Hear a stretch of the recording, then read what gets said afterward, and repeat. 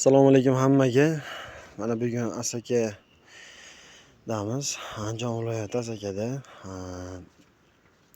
3 sotiklik katta yo'limizni o'rnatib, filtr bilan birgalikda qilib berdik. Undan tashqari qilingan ishlar ichkari tomonga sistema, ochilib yopilgani mana ligotka bu yoqda unday nimasi bilan o'tgan.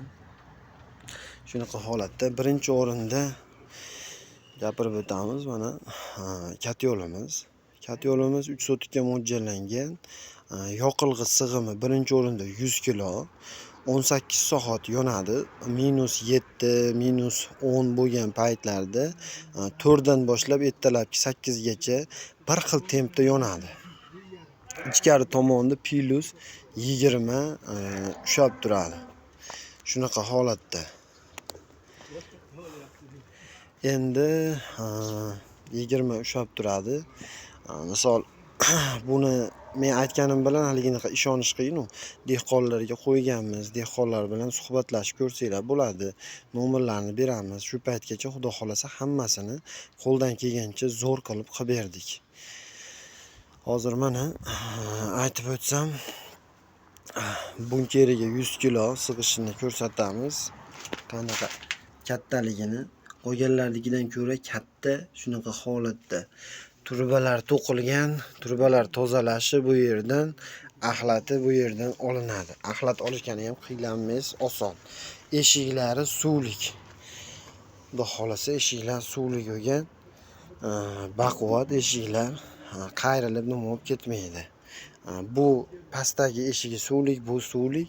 Undan tashqari bu. Shunaqa holatda bo'lgan. Endi tepa tomondan ham xuddi shu tarzda mana ochib bir qator ko'rsatib beraman. Og'ir. Shu holatda mana tozalash mumkin. Undan keyingisi bu yerda profil. Shunaqa holatda bu yerdan axlatlar olinadi. Katta yo'limiz shunday jarayonda. Undan keyingisi shu yerda mana dimoxodni tozalash ham mumkin. Katta yo'limizga qo'shilib berilgan jihozlar mana ulitka 330 lik ulitka, miya termostat. Shunaqa holatda. Endi bunga qo'shimcha qilingan narsalar. Biz filtrda qo'shimcha qilib berdik. Sabab ekologiyani birinchi o'rinda saqlash kerak. Undan keyingisi u boshqalarni misol sog'lig'ini o'ylash kerak. Endi u boshqalardan ham ko'ra o'zingizni, misol yoningizda bo'ladi, bu xonadoningizda bo'ladi. Sizga aytib o'tiladigan narsa birinchi o'rinda hid. Misol insonga ta'sir qiladigan hid. Ko'mirda hidi bo'lmaydi. Ikkinchi navbatda nima desam ekan, tutun. U tutun ham bo'lmaydi, oq parga o'xshab ketadi. Endi sizlardan talab qilinadigan narsa nima? Filtrni ishlashi, filtr yaxshi ishlayaptimi? Menga misol filtrni o'zi bo'lsa bo'ldi, korobkasini qo'yib qo'ysam bo'ldi degan narsani aytib, agarda ustalarga shunaqa talab bersanglar, sizga aynday nima qiladi? Agar talabni menga tutun qolish kerak, hid yo'q qolish kerak deb talab bersangiz, nima desamki, shunga harakat qiladi. Bosh aybdor o'zi hamma dehqonlarda. Shuni bilib qo'yinglarki, sizlarda. Sabab nimaga? Siz talabni qo'yishingiz kerak. Talab mahinday bo'lish kerak. Mana davlat tomonidan talab qo'yilyapti-yu, hid chiqmash kerak, nima bo'lmash kerak. Shunga odam harakat qilib qilyapti. Misol dehqonlar bo'ladigan bo'lsa, ko'pchilik bilan gaplashsam, menga shunday qo'yib qo'ysak bo'ldi deydi. Unda qanaqa nima to'g'ri keladi? Misol o'zingizni o'ylamaysiz avvalo, undan keyin boshqalarni hayotda o'ylamaysiz. Shundaydi. Misol iymonli banda o'zi o'ylash kerak-da. O'ylab, birinchi o'rinda shu aytilyaptimi, nimaga aytilyapti? Fikr yuritib, demak menga yaxshirog'ini qilib berish kerak. Yaxshirog'i bo'lsa, insonga zarar qilmaydi. Shunday prinsipda ishlasa yaxshiroq bo'ladi. Endi mana filtrlarni tushuntirib o'tsam, misol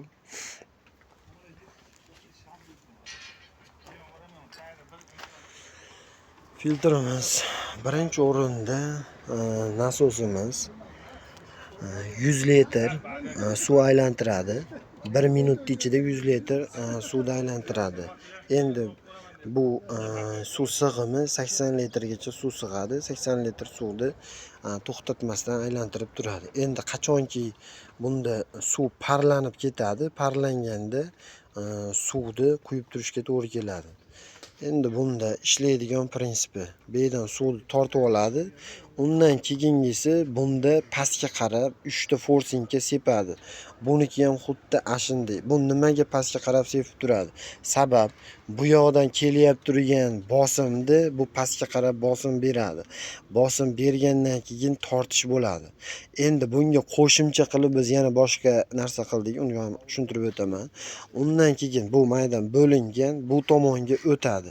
O'tyapti turganda bu yerda bitta bir qator ketgan 3 ta pastga qarab sepadi. Yonida 3 ta 20 sm joyni qoplab olgan. 20 sm joyda suv sepib turganning sababiga hech qayerdan tutun yoki boshqa narsa chiqmaydi.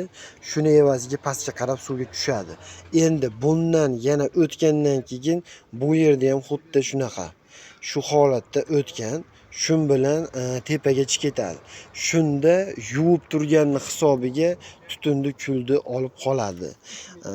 Akalar, kimga misol mana yordam kerak bo'ladigan bo'lsa, misol filtrni o'zi yasamoqchi bo'lsa ham, boshqa nima qilmoqchi bo'lsa ham, maslahat kerak bo'ladigan bo'lsa ham telefon qilaverasizlar, yordam beramiz. Sabab mana vodiyda bo'ladigan bo'lsa, birinchi o'rinda biz yaratdik. Misol nima desam ekan, O'zbekiston bo'yicha bo'lsa ham kerak. Biz misol yaratib nima qildik, mehnat qildik. Misol 1 yil davomida kallani ishlatib shuniga erishdik. Misol bu nima desam ekan, oddiy o'zi nimasi. Lekin buni tajribadan o'tkazaverasiz, keyin shu holatga kelar ekan. Misol bilmaysizmi? Bilmaysiz, misol telefon qilsangiz, men bilgan narsani aytaman, siz bilgan narsani men olaman. Shunaqa holatda.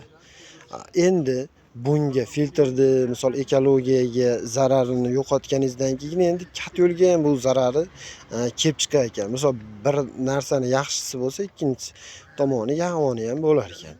Endi kat yo'lga yomon tomoni nima desangiz, bu pastga qarab sepib turganning hisobiga bu oshchi kuchni kat yo'l tomonga beradi-yu, bosimni kat yo'lga berib to'xtatadi. Shunda kat yo'lga to'xtatganda kat yo'l birinchi o'rinda yonmaydi. Dimoxod tortmagandan keyin yonmaydi-yu, to'g'rimi?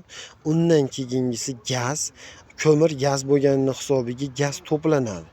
Gaz to'planganning hisobiga ulitga misol havo haydab turganda qachonki o'chsa, shunda 1 minut yoki 2 minut turganda ulitga qo'shganda portlaydi. Shunaqa holat bo'ladi. Endi uni yechimini shunda qildik. Hozir ko'rsatib o'taman. Mana shuni обязательно tushunib olinglar. Biz ham qo'limizdan kelgancha qilib nima qildik. Bu qanday holatda bo'lgan? Bu mana korobka nima ulangan filtrga, bu yerda 330 lik ulitga qo'yilgan. Undan keyingisi bu yerga havo pasaytiradigan qo'yilgan. Bunda yondi, kat yo'ldan keldi bu yerga, dimlanyap turganda bu havo nariyoqqa haydab beradi. Haydab berganning hisobiga tortib turib, ulitga o'chgan taqdirda ham bu o'chmaydi. Bunda tortib turaveradi, shuni hisobiga yaxshiroq ishlaydi. Shunday holatda bo'ladi. Endi kimga shunaqa xizmatlar kerak bo'ladigan bo'lsa, murojaat qilaverasizlar. Xudo xolasa qilib chiroyli qilib topshiramiz. Hamma yo'g'i bilan. Mana yoqda nimani ham aytib o'tib ketmabman. Mana endi sistemaga navbat. Mana sistemamiz obratga qaytishi, bu samotoy sistema, undan keyingisi nasos. Samotoy sistema qilsam bo'laveradimi deb aytadi-da, nasos qo'ymasdan. Akalar, ko'mirga ishlaydigan narsada misol gazga bo'laveradi. Gazda samotoy sistemani o'zida isitib bo'laveradi, lekin bu ko'mirda unaqa bo'lmaydi. Ko'mir bilan gazni farqi bor. Shuning uchun avvalo qo'yishinglar kerakki, nasos qo'yishinglar kerak. 1 minut ichida misol 100 litr suv olib keladi. Samotoy sistemada 100 litr suv aylantira olmaydi. Shunaqa. Buni ham aytib o'tib ketay, nima siz ko'pchilik so'raydi nima bo'ladi-da. Shuning uchun. Endi bu tomonga qarasanglar, mana eng full varianti deydi-yu. Hamma joyga mana o nariyalarga ham turba o'ralgan. Bu tomonlarga ham, bu yerga ham.